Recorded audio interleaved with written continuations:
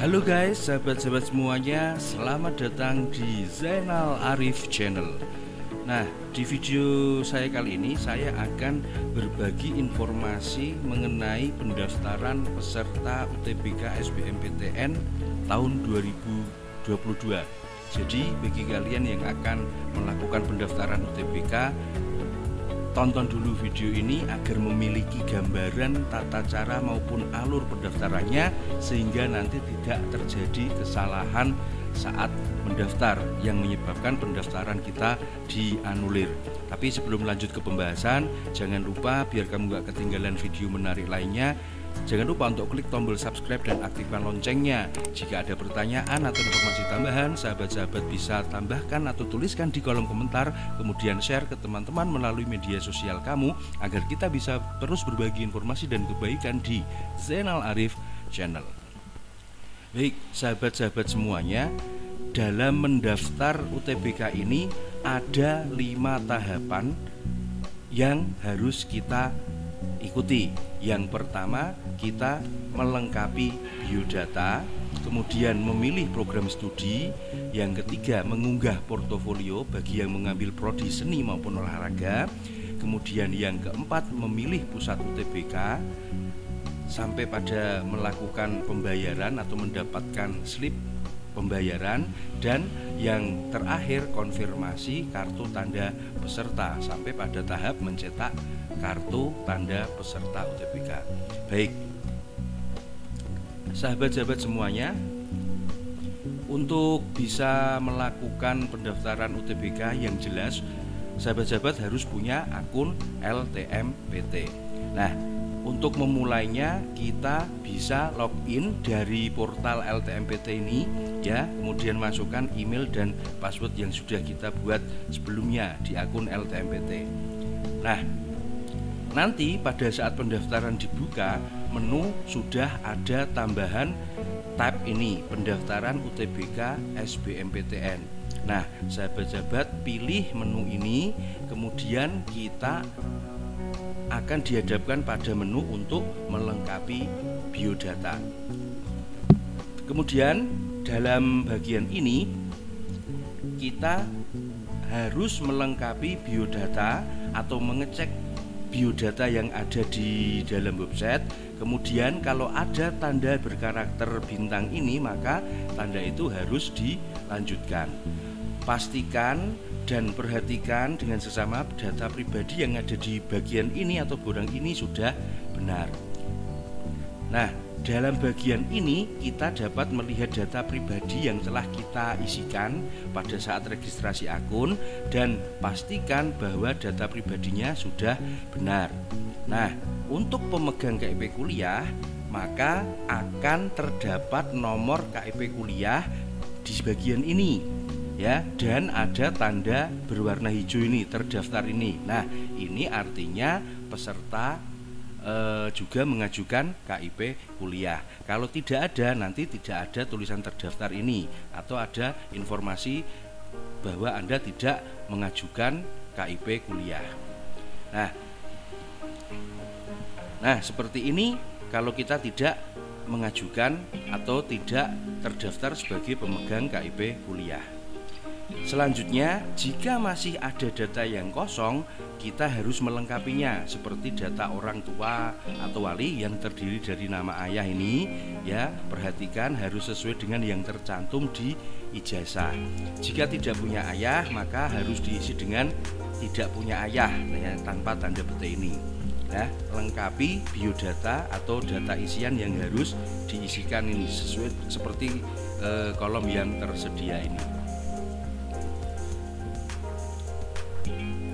Kemudian bagi peserta UTBK yang tidak berkebutuhan khusus seperti misalnya tunanetra maupun tunadaksa, dapat mengosongkan form kebutuhan khusus dan jangan mencentang kedua pilihan tersebut ya.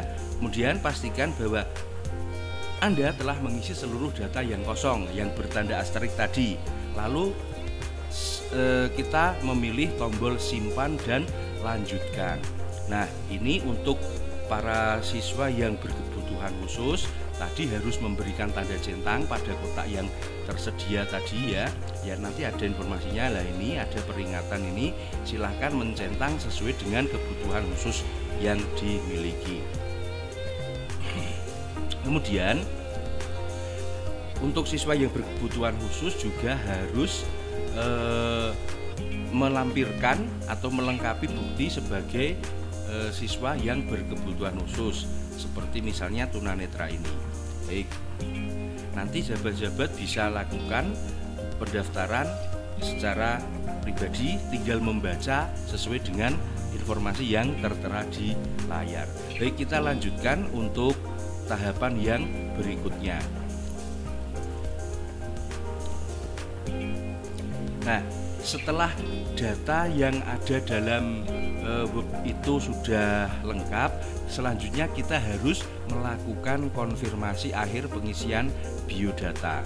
Nah, langkah ini merupakan konfirmasi akhir pengisian biodata peserta UTBK yang telah diisi tadi. Pastikan bahwa datanya benar, sekali lagi diperhatikan, termasuk status disabilitas tadi, karena data akan disimpan permanen dan tidak dapat diubah.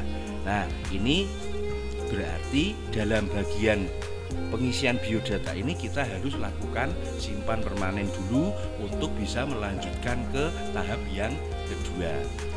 Nah, selanjutnya kita perhatikan alur konfirmasi akhir pengisian biodata ini ya.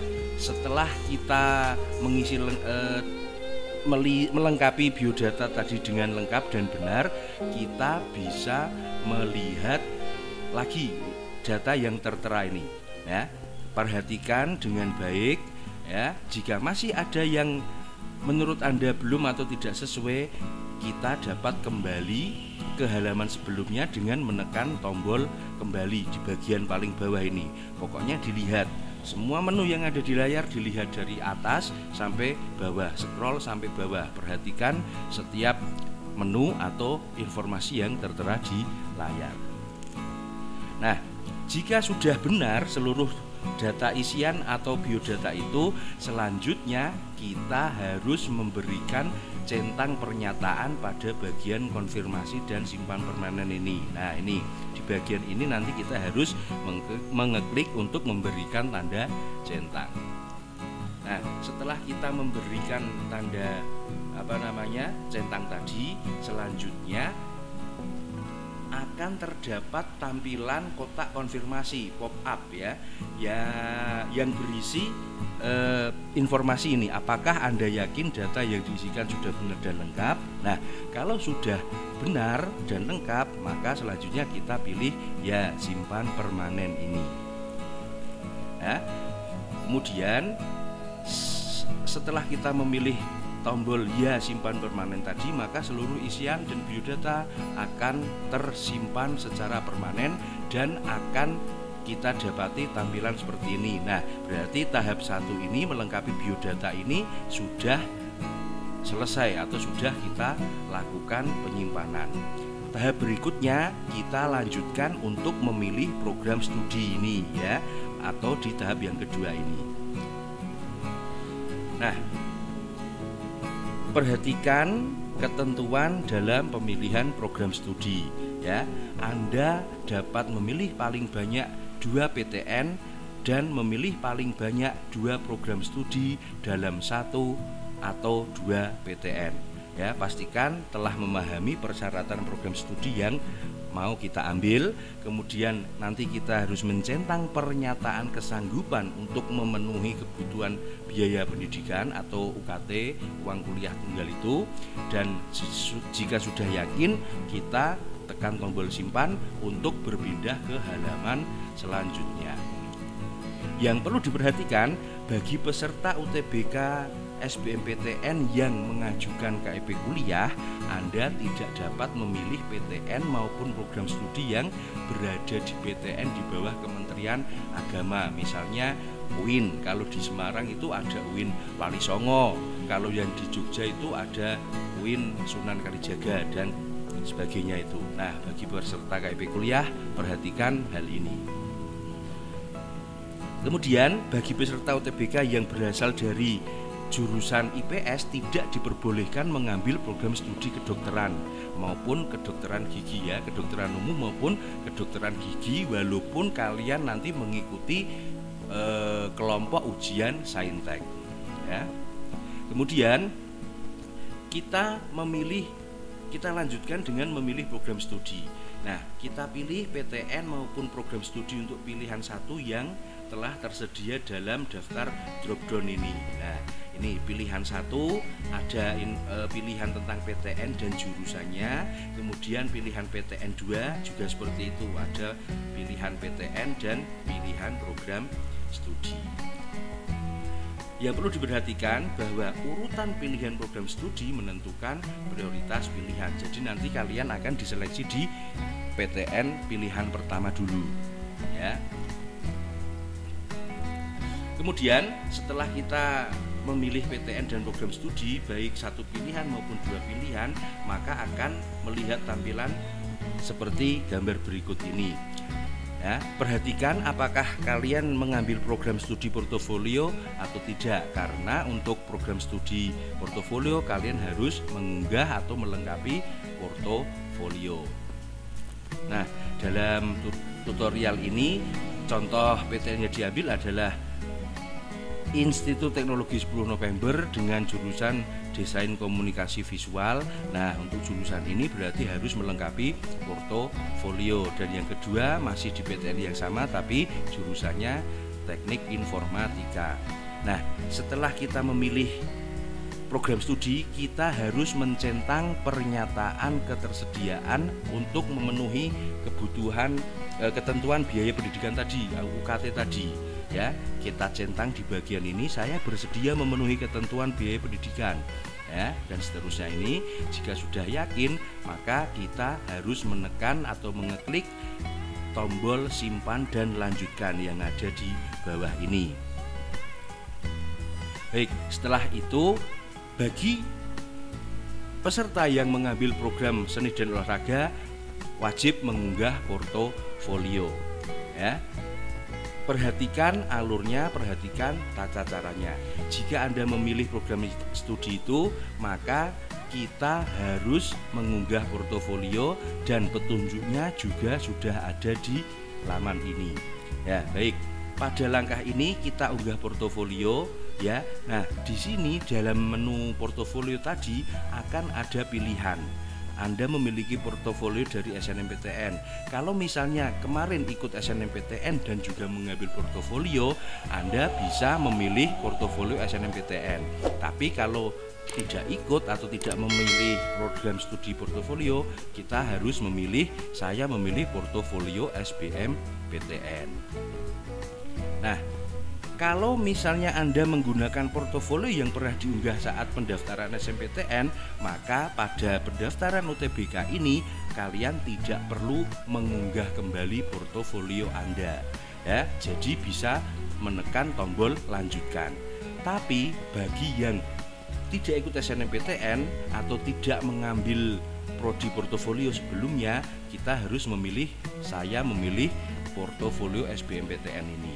Nah, setelah itu kita harus mengunggah portofolio dari PC atau dari perangkat sahabat-sahabat semuanya. Jika berhasil ya, seperti petunjuk yang ada di dalam web, nanti akan bisa kita lihat jenis portofolio dan dokumen yang diunggah. Nah, seperti ini tampilannya. Nih, terus kita dapat melihat jenis portofolio, dokumen yang harus diunggah, jenis file dan ukuran maksimum file dalam menu atau langkah yang keempat ini. Ya, silahkan teman-teman pilih tombol file untuk mengunggah portofolio, kemudian beri nama file Anda pada isian judul ini dan klik tombol simpan. Nah, yang ada di bawah ini. Pastikan file portofolionya sudah sesuai ketentuan. Nah, setelah berhasil, maka kita akan bisa melihat tanda ini. Berkas portofolio telah berhasil diunggah. Kemudian kita bisa mengeklik tombol kembali yang ada di atas ini. Ya, itu bagi peserta yang mengambil portofolio. Nah, setelah kita berhasil mengunggah portofolio, kita akan menuju ke tahap berikutnya, yaitu untuk memilih pusat UTBK. Nah, kalau tidak mengunggah portofolio, berarti setelah di tahap yang ketiga tadi, memilih program studi, kita bisa memilih pusat UTBK. Nah, selanjutnya kita menuju alur untuk peserta UTBK non portofolio. Nah, bagi peserta UTBK yang memilih program studi tanpa portofolio, kita akan mendapatkan tampilan seperti gambar berikut ini. Di menu yang ketiga ini, kita akan mendapati tampilan seperti ini. Anda tidak perlu mengunggah portofolio. Nah, seperti ini. Terus di sini juga terdapat kelompok ujian yang kita ikuti. Ya. Jadi nanti kelompok ujian yang kita ikuti akan menyesuaikan dari program studi yang akan kita pilih. Kalau misalnya program studi di PTN yang kita ambil itu masuk kategori Saintek, maka kita akan mengikuti kelompok Saintek. Kalau misalnya pilihan 2 yang kita ambil itu berasal dari kategori sosum, berarti kita harus mengikuti kategori campuran. Demikian kira-kira. Kalau misalnya dari kelompok sosum, ya kita mengikuti ujian kelompok sosum. Yang jelas, sahabat-sahabat perhatikan ketentuan atau persyaratan program studi yang akan diambil.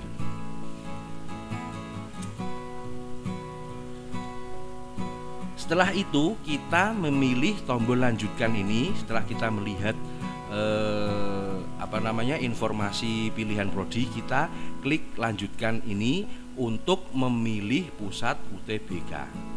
Nah, untuk bagian ini sahabat-sahabat perlu perhatikan informasi dari panitia. Sehubungan dengan masa pandemi COVID-19, peserta UTBK harus memilih pusat UTBK terdekat dengan domisili di mana Anda sekarang berada untuk menghindari mobilitas antar kota maupun antar provinsi.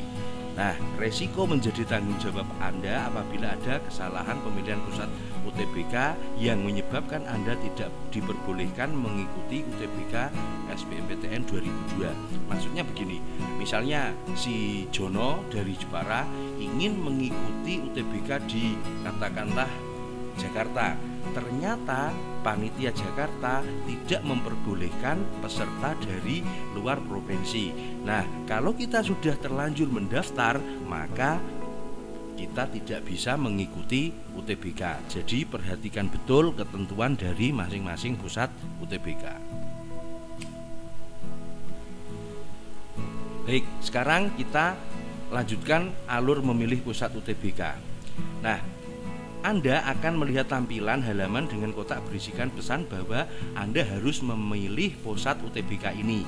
Nah, informasi tadi. Kemudian kita pilih tanda ya, saya mengerti.